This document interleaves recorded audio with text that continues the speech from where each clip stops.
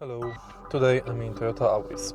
In this video I'll show you how to manage automatic gearbox. In the beginning, take a look in the center of the car. Right here we've got this Toyota automatic gearbox. Firstly, press brake. If you want to put on drive, you have to push the lever left and downwards. Now we are in drive. Push it left and upwards for reverse and only left for neutral. To put on parking, press this button while having your foot on the brake. In the end, you can enable brake mode.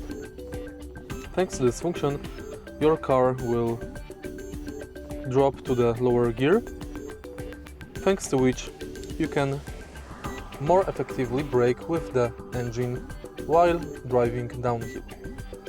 If you find this video helpful, please leave like, comment and subscribe.